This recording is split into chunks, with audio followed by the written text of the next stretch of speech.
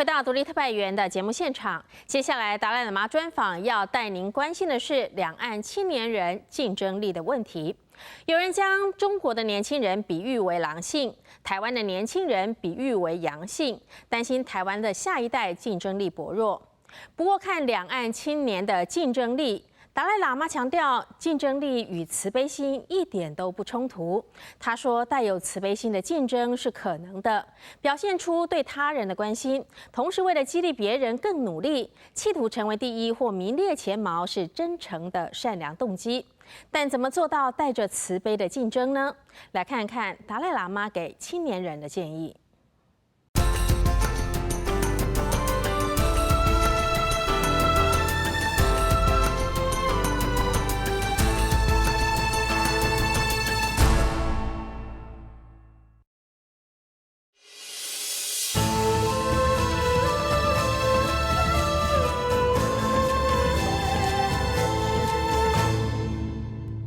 Materialistic life, materialistic society never pay attention about inner value. So then communist, just materialistic thinking. So I think eventually they will realize the importance of inner value. Nowadays in America and Europe, including scientists, more and more people now showing interest about our deeper value. So one time, I think, in the early part of 20th century, I think people very much excited the material development. Now later, at that time, I think scientists, they do not accept, beside brain, there's some we call mind, they do not accept. The later part of 20th century, now number of scientists begin to realize beside brain there is something which affects our brain. So now some scientists now already develop certain sort of the program to further investigation the different level of mind. And particularly, I think Moscow University, some Russian scientists, they not only just express, now they already decided, they set up one small sort of some lab in South India. To further investigation. So now more and more scientists now really showing interest like that.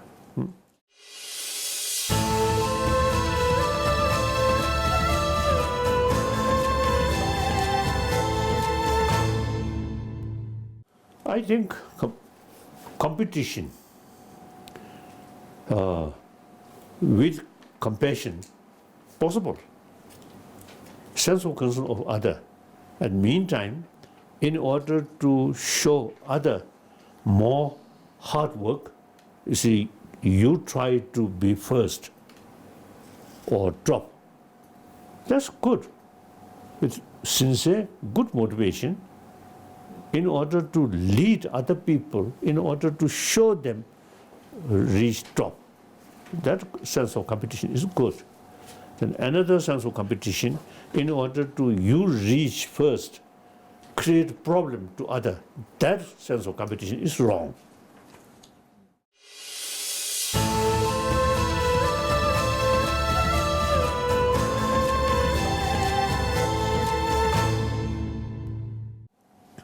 These religious people also part of human being. Number one, we have to think the more compassionate humanity through education. That's our number one, the top priority. I myself, I always consider I'm one of the 7 billion human beings. So my number one commitment is try to create 7 billion human beings more compassionate, and through not religion, through education. That's my number one commitment. Then, number two commitment, I think in America, as far as I know, some cities, they give the name of the city, city of compassion.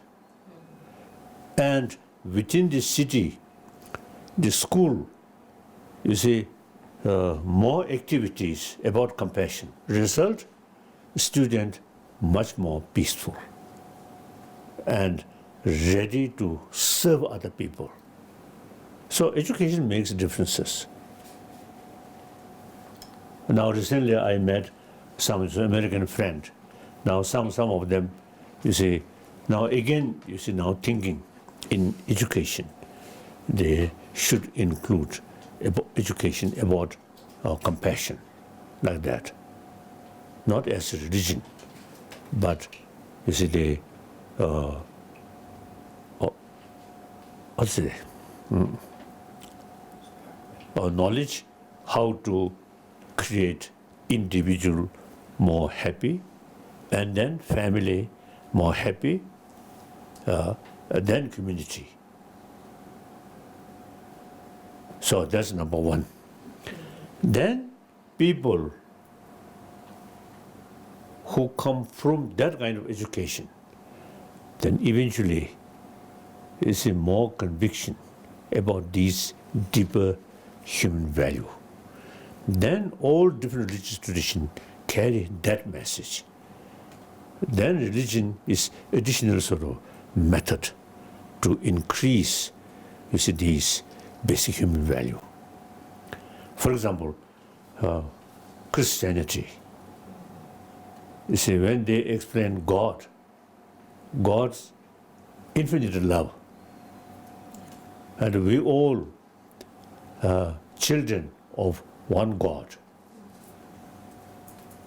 So, if you strictly believe these things, seriously believe these things, and implement our daily life, then entire 7 billion human beings come from one Father, God. So we all children of God. If God, angry God, then something different. Then nobody say that. God is full of love. So we are children of that kind of Father. So if you seriously think the Christianity, wonderful. Then Islam, same. Then Buddhism, you see, no concept of creator, but Buddhism, ourself, self-creation. So our sort of life, happy life, entirely depend on our own action. Action helping other, restrain harming other. For that, training of our mind, more compassionate mind. That's Buddha's teaching. So all these religions, if the people, if the person have some sort of interest about these inner value, then all these different religious traditions are very useful, very helpful. And these religion can be a proper way of religion. Otherwise, this is too much sort of negative emotion. Then religion also you see used for fighting, for killing. But Your Holiness. So my number two commitment is promotion of religious harmony. And I have sort of full conviction it is possible. Look, India, over billion population, a complicated country. As far as religious harmony is wonderful. India exists, all major world religious tradition exist here. That recently developed.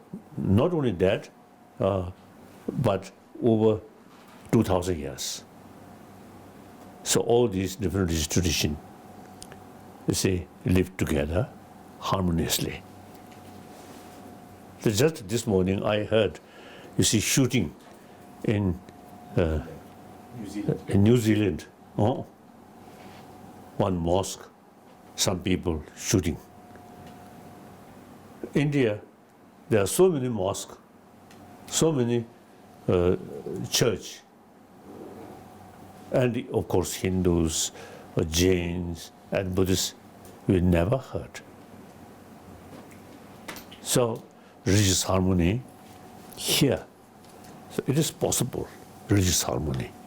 So I have full conviction religious harmony is possible. So my number 2 commitment is promotion of religious harmony.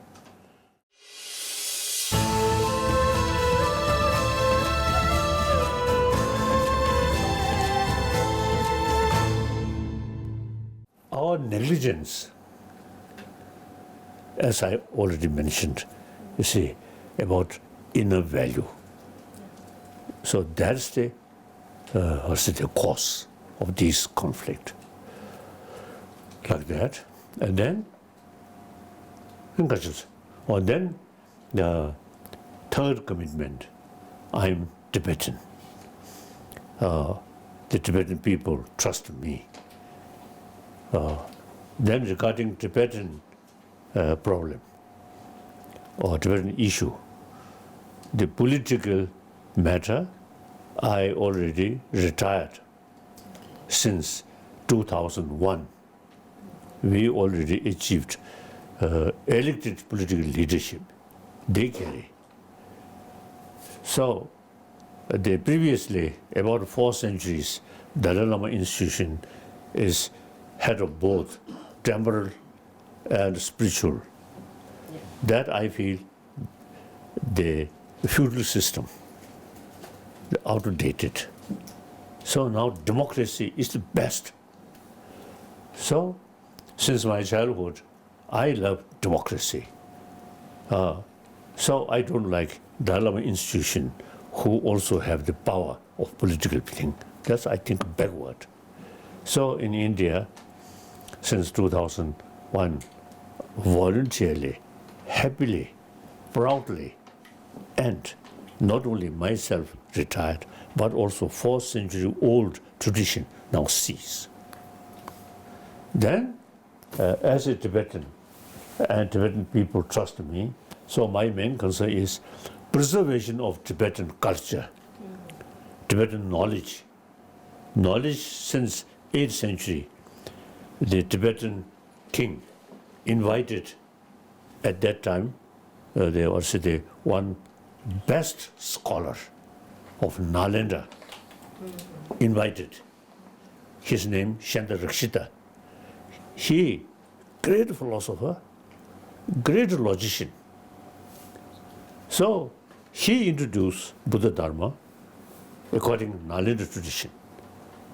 So we generally, Tibetan, spent 20-30 years study. So, so today, actually, I think Nalanda tradition, that rich sort of tradition, psychology. In psychology, now compare quantum physics. One Indian nuclear physicist once told me, in the West, quantum physics is something new. But in this country, 2,600 years ago, already developed quantum physics. So when I discuss with the modern quantum physicist, sometimes it seems my knowledge is better. because we are students of these traditions. So study like that. And then logic.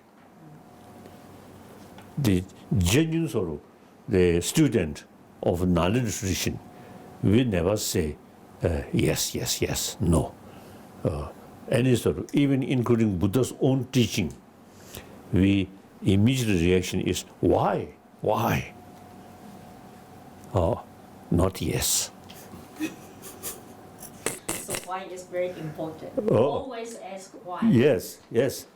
Because you see, the Nalanda tradition, Buddha himself, you should express, oh, my follower, monks, scholars, should not accept my teaching out of faith, but rather thorough investigation and experiment.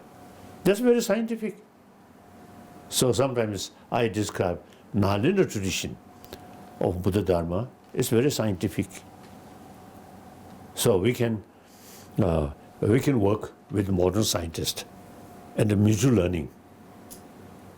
My own experience last now nearly 40 years, I have serious discussion with scientists in different fields, cosmology, neurobiology, and then physics, particularly quantum physics, then psychology.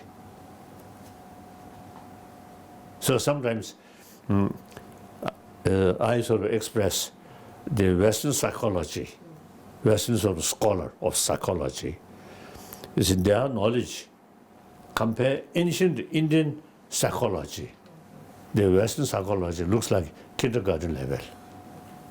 Indian psychology, highly developed. So now, another my commitment is I'm trying to revival of this ancient Indian knowledge, including psychology.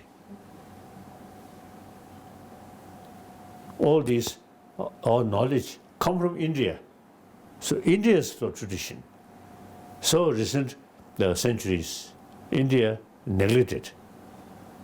I think the previous Indian generation, I think too much attraction towards the Western education, Western technology, Western science. I think not only Indian, but you also.